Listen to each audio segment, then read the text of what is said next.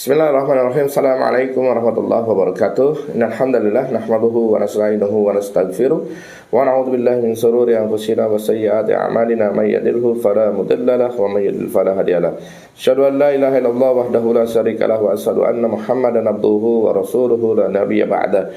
Wa qala Allahu fil Qur'anil Karim, a'udzu billahi minasy syaithanir rajim. Bismillahirrahmanirrahim. Ya ayyuhalladzina amanu taqullaha haqqa tuqatih wa la tamutunna illa wa antum muslimun. Sahabat UIM yang dirahmati Allah Subhanahu wa taala dimanapun berada, rasa syukur kita atas karunia Allah Subhanahu wa taala. Di pagi hari ini Allah Subhanahu wa taala memberikan kenikmatan kepada kita semuanya. Alhamdulillah ya, atas izinnya Allah Subhanahu wa taala. Kemudian kita dihidupkan kembali setelah wafat sementara kita, yaitu melaksanakan tidur, dan kemudian Allah bangunkan kembali ya. Hari ini kita bisa beraktivitas ya, bisa bekerja, kemudian bisa berdakwah dan bisa melaksanakan kewajiban-kewajiban yang lainnya, bisa beribadah kepada Allah Subhanahu wa taala. Tentu ini adalah sebuah karunia ya dari Allah Subhanahu wa taala, sebuah kenikmatan yang diberikan oleh Allah Subhanahu wa taala. Maka sudah sepantasnya sahabat UIM kita untuk bersyukur, terus bersyukur atas karunia Allah Subhanahu wa taala ini. Kemudian ya, tidak lupa kita bersalawat atas Rasulullah sallallahu alaihi wasallam, manusia terbaik yang diberikan oleh Allah Subhanahu wa taala kepada kita semuanya. Ya, sehingga ya kita hari ini mendapatkan bimbingan dari Rasulullah sallallahu alaihi wasallam, mengarungi dunia ini dengan penuh petunjuk dari Rasulullah sallallahu alaihi wasallam, yang harapannya ketika kita mengikuti petunjuk Rasulullah sallallahu alaihi wasallam, insyaallah kita akan selamat dalam kehidupan dunia dan menikmati akhirat sebagai puncak kehidupan kita. Sahabat UIM yang dirahmati Allah Subhanahu wa taala ya.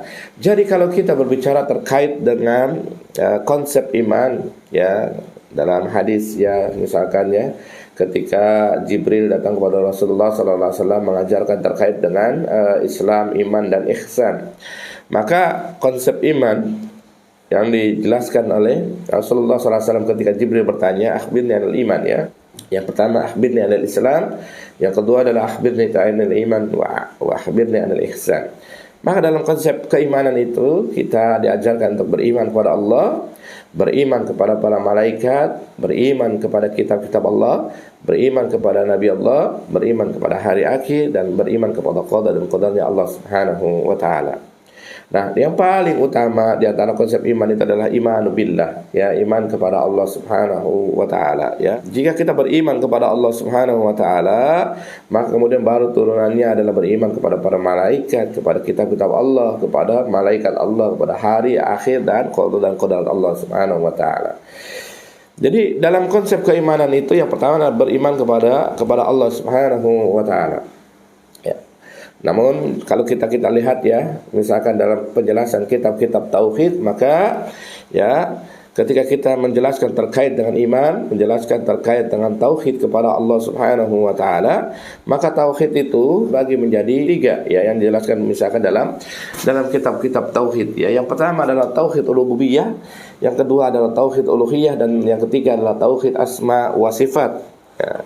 Dan hari ini insyaallah sahabat UIM yang dirahmati Allah Subhanahu wa taala ya, kita akan coba mempelajari terkait dengan satu topik dalam pembagian tauhid, anwa'ut tauhid ya, yaitu terkait dengan tauhid rububiyah. Terkhusus kita akan mencoba atau membahas hari ini terkait dengan sifat Allah sebagai al-khaliq ya, Allah sebagai maha pencipta ya.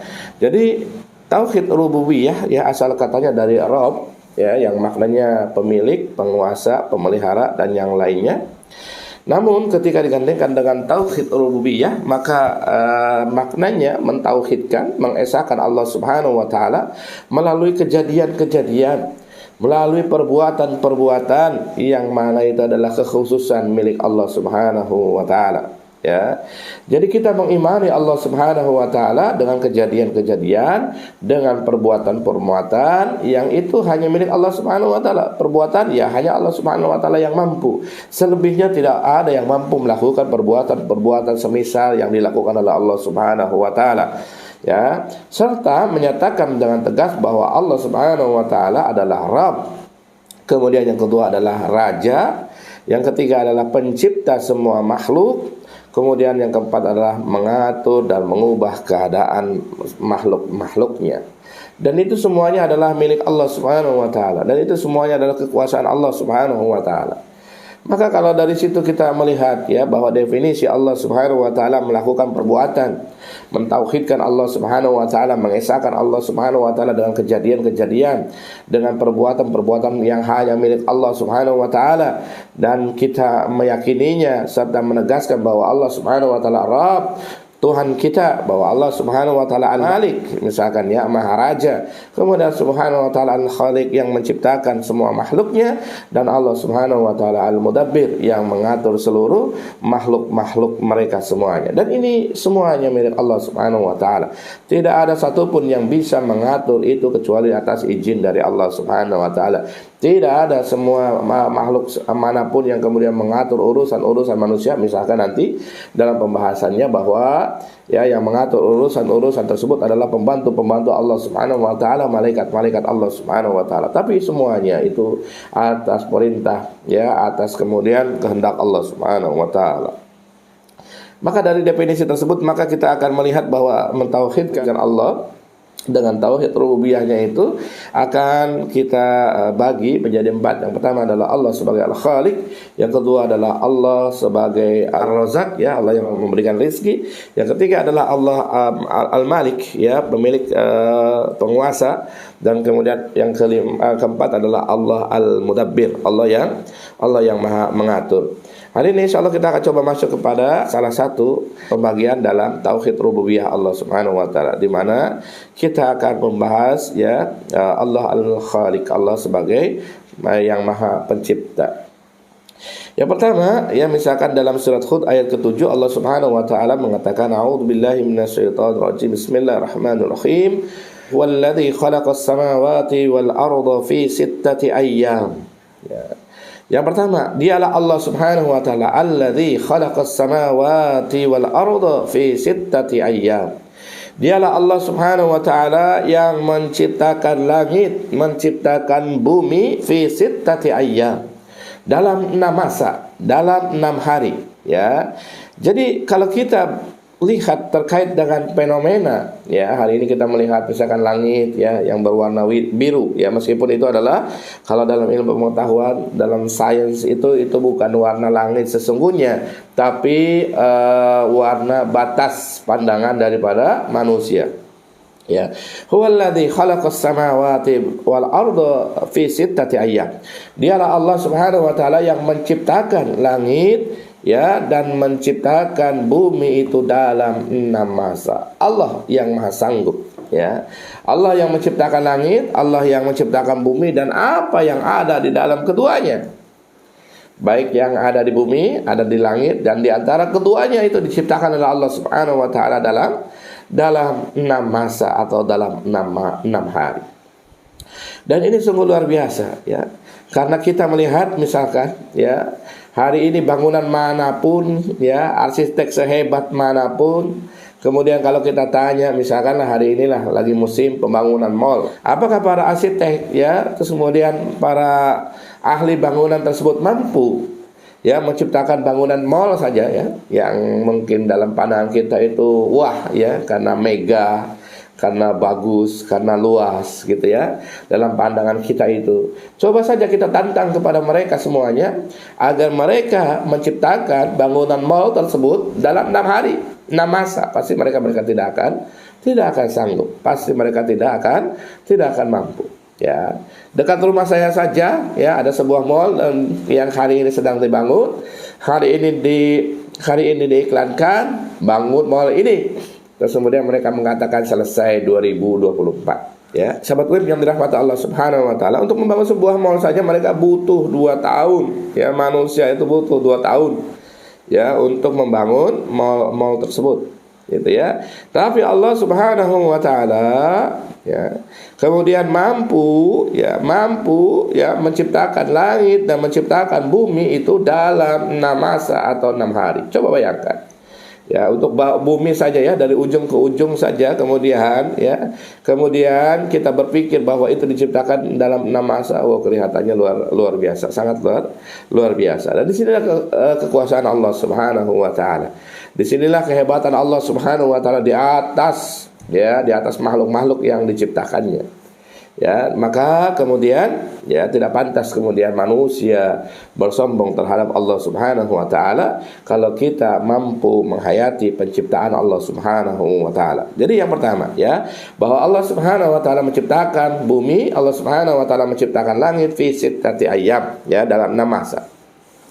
Kemudian dalam surat Nuh ayat ke-15 Allah Subhanahu wa taala mengatakan, "Alam taru kaifa khalaqallahu sab'a samawati tibaqa." Tidakkah kamu memperhatikan, tidakkah kamu melihat bagaimana Allah Subhanahu wa taala menciptakan 7 langit secara bertingkat-tingkat? Manusia hari ini dengan keterbatasannya tidak mampu melihat langit yang bertingkat-tingkat tersebut. Dan yang mampu maha melihat langit itu adalah misalkan Rasulullah SAW ketika diajak pada proses Isra Mirajnya Rasulullah SAW, diajak untuk bertemu dengan Allah Subhanahu wa taala untuk menerima salat 5 waktu, kewajiban salat 5 waktu.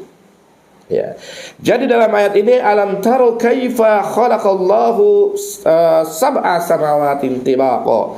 Sesungguhnya tidakkah kamu melihat bagaimana Allah Subhanahu wa taala menciptakan langit yang bertingkat-tingkat?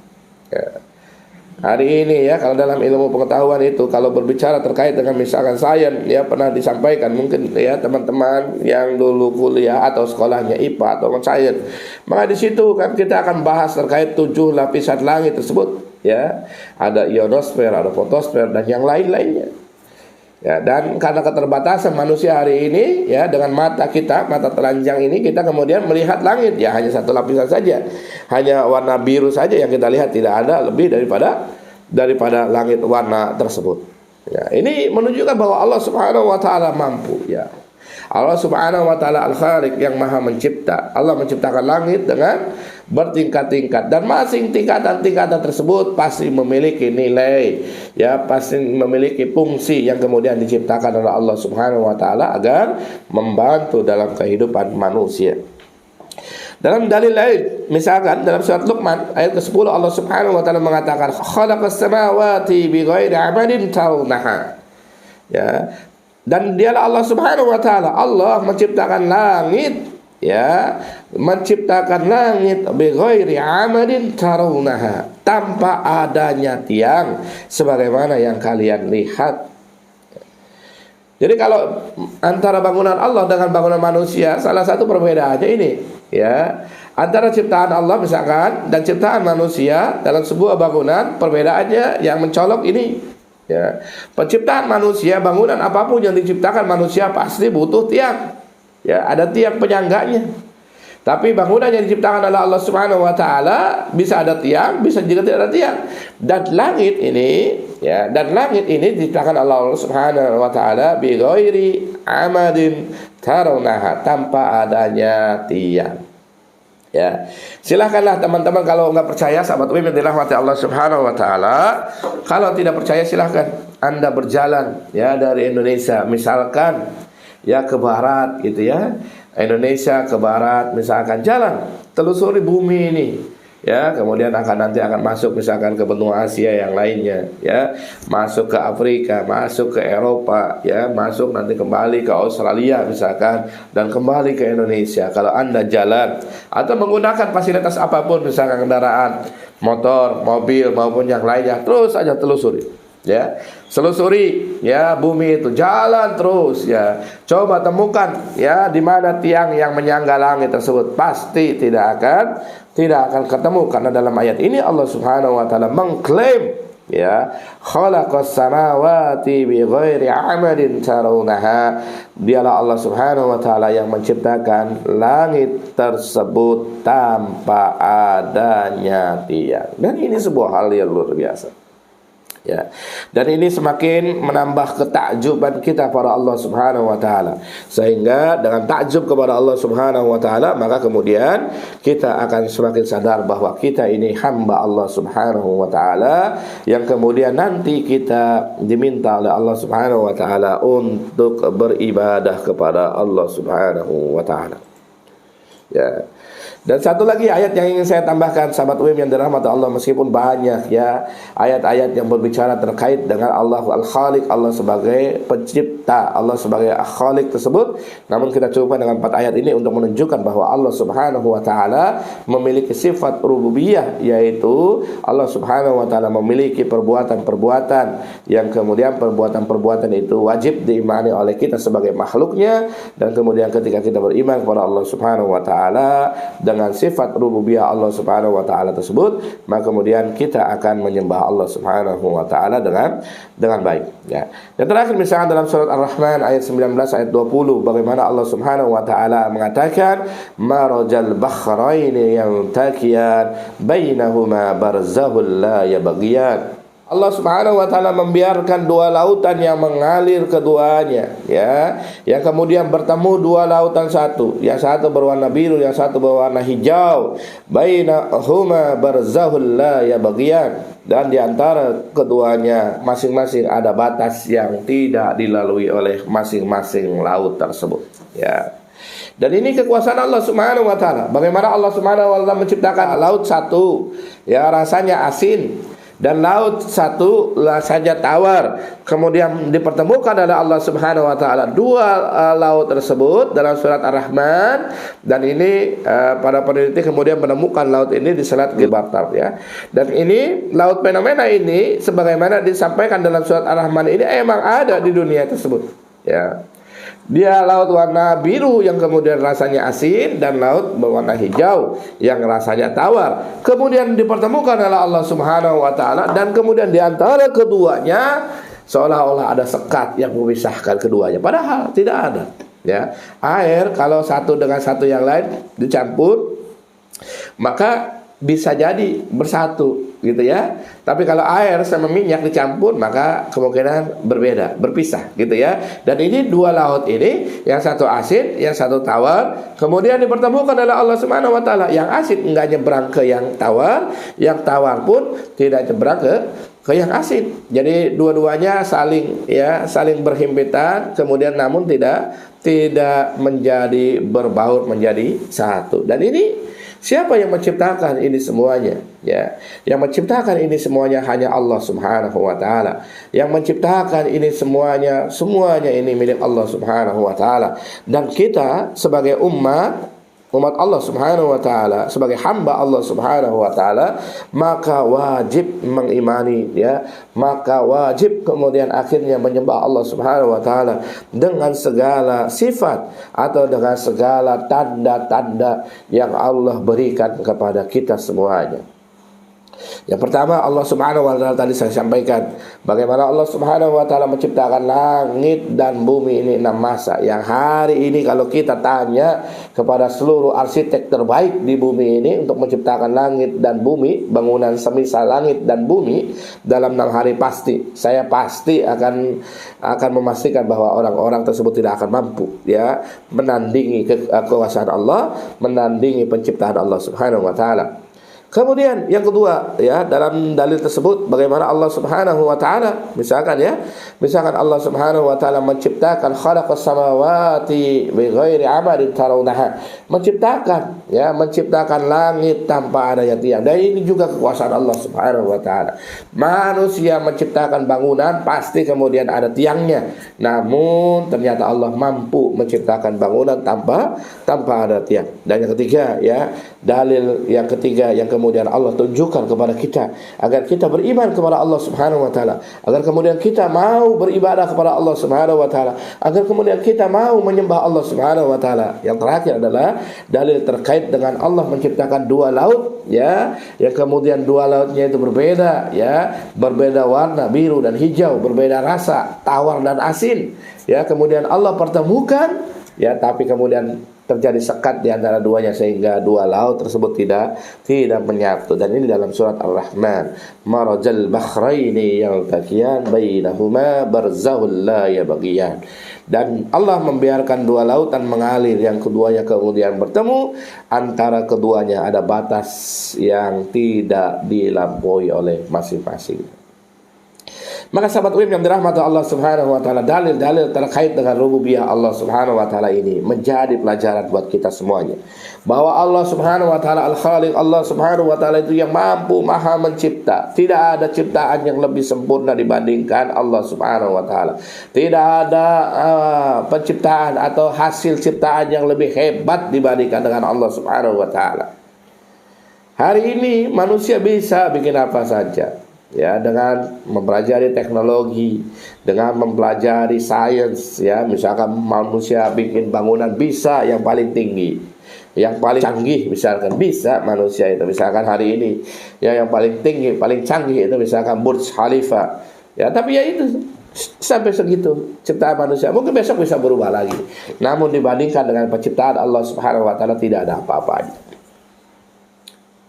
Ya, manusia hari ini bisa bikin apapun, bahkan bisa bikin robot. Tapi dibandingkan dengan Allah yang membuat manusia, maka robot itu nggak ada apa-apanya. Mungkin robot hari ini didesain memiliki perasaan, ya, sehingga bisa keluar air mata seperti manusia. Tapi yang namanya ruh sebagaimana manusia tidak ada yang mampu menciptakan selain daripada Allah Subhanahu wa taala. Bentuknya sama misalkan seperti manusia hari ini, ya. Ada robot yang diciptakan berambut, hidungnya hampir menyerupai manusia, tapi ruh yang diberikan oleh Allah Subhanahu wa taala, yang kemudian melalui proses-proses penciptaan manusia, maka itu juga tidak bisa disamakan oleh ciptaan-ciptaan daripada makhluknya, termasuk ciptaan-ciptaan yang diciptakan oleh manusia. Untuk itu sahabat yang dirahmati Allah Subhanahu wa taala, ketika kita sudah mempelajari terkait dengan dalil yang pertama terkait dengan keimanan kepada Allah Subhanahu wa taala, mentauhidkan Allah Subhanahu wa taala yaitu dengan rububiyahnya, maka harapan kita semuanya kita kembali kepada Allah Subhanahu wa taala.